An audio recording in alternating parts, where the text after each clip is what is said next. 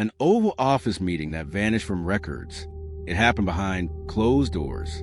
No transcript, no official summary. And yet, its absence reshaped everything that followed. The Oval Office is where decisions are meant to become history. Every meeting logged, every participant noted, every outcome traceable. Or at least, that is the assumption. In today's era of transparency demands and digital archiving, it feels impossible that something significant could simply disappear. But power does not always leave fingerprints. Sometimes it moves precisely because it doesn't. The meeting was scheduled informally. A small group, a narrow window, the kind of gathering designed to explore options, not finalize decisions. There was no intent to erase it, no plan to hide its existence. It simply unfolded outside the machinery, that records authority. Inside the room, conversation flowed freely. Without note-takers, language softened. Speculation replaced posture. Risks were discussed openly, without the fear of quotation. This was the Oval Office at its most human, unfiltered, unprotected, honest. What made the meeting consequential was not what was decided, but what was acknowledged. Assumptions were challenged. Scenarios once dismissed were taken seriously. A line was crossed mentally, even if not officially. And once crossed, it could not be uncrossed. When the meeting ended, participants returned to their roles. Schedules resumed. Paperwork continued. But something had changed.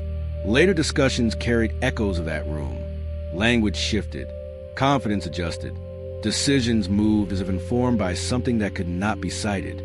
Over time, the absence became noticeable. Analysts searched records for the origin of a change in direction and found nothing. The trail went cold. The meeting existed only in memory, shaping outcomes without acknowledgement. That is the quiet power of undocumented moments. They cannot be debated. They cannot be revisited. They cannot be corrected. They simply influence everything that comes after, while appearing nowhere at all. And the most unsettling part is this. The system never flagged the absence as a problem, because it had no way of knowing something was missing. As time passed, the effects of the vanished meeting grew more pronounced. Decisions downstream began reflecting assumptions that had never been formally introduced. Language in briefings shifted subtly, as if everyone had read the same invisible memo.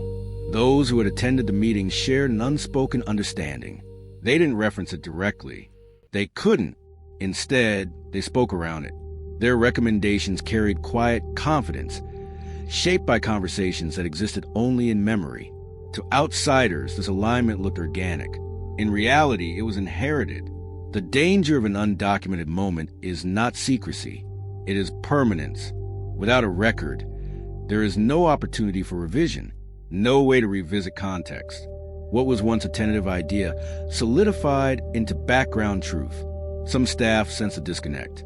They noticed that explanations felt incomplete, that conclusions arrived faster than evidence. But without a documented origin, questions stalled.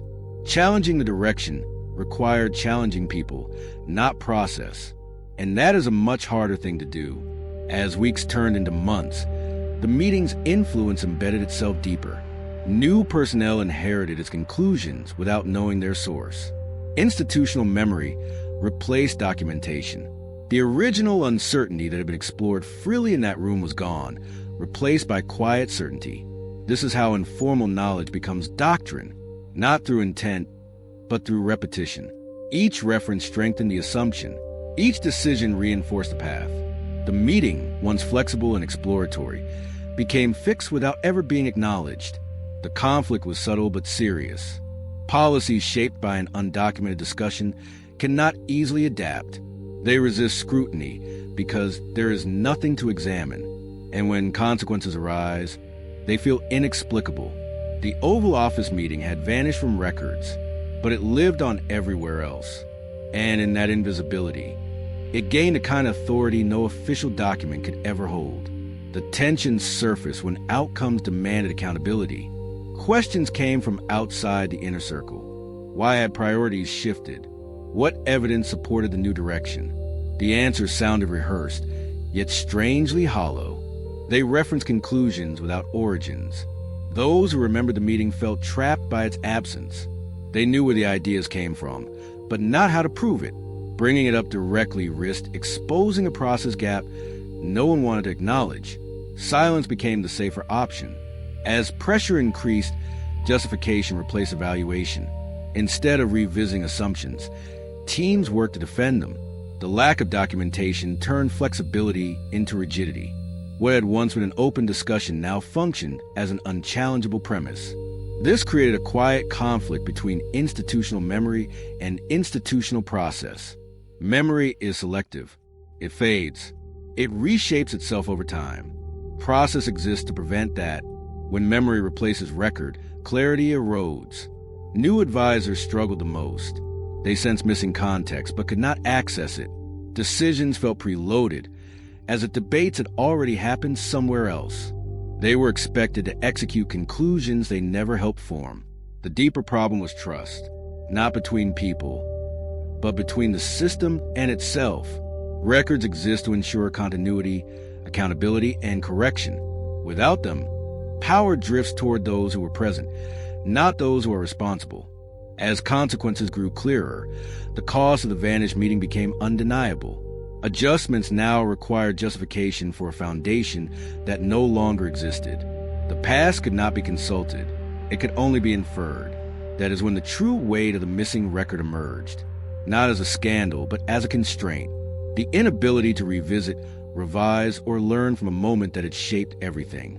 The climax of the story is not revelation, but realization that what goes unrecorded can become more powerful than what is written down. The Oval Office meeting vanished because it was never meant to last. It was exploratory, cautious, human, yet its conclusions outlived its context. Without a record, there was no way to return to uncertainty, no way to re-examine assumptions once they hardened into direction. The resolution is uncomfortable. Documentation is not bureaucracy. It is memory made reliable. It exists to preserve doubt alongside decision. When records disappear, so does the ability to learn honestly from the past. What followed that meeting was not failure. It was drift. Drift away from flexibility. Drift away from accountability. Drift toward conclusions that felt inevitable only because their origins were invisible. This story is not unique to one room or one administration. It repeats wherever informal moments shape formal outcomes without trace. In modern systems, speed and discretion are prized. But without record, they quietly trade clarity for momentum. The lesson is simple and difficult. What feels safe to leave undocumented today may become impossible to question tomorrow. Power does not only reside in decisions. It resides in what we choose to remember. Sometimes the smallest shift in perspective becomes the beginning of a new future. An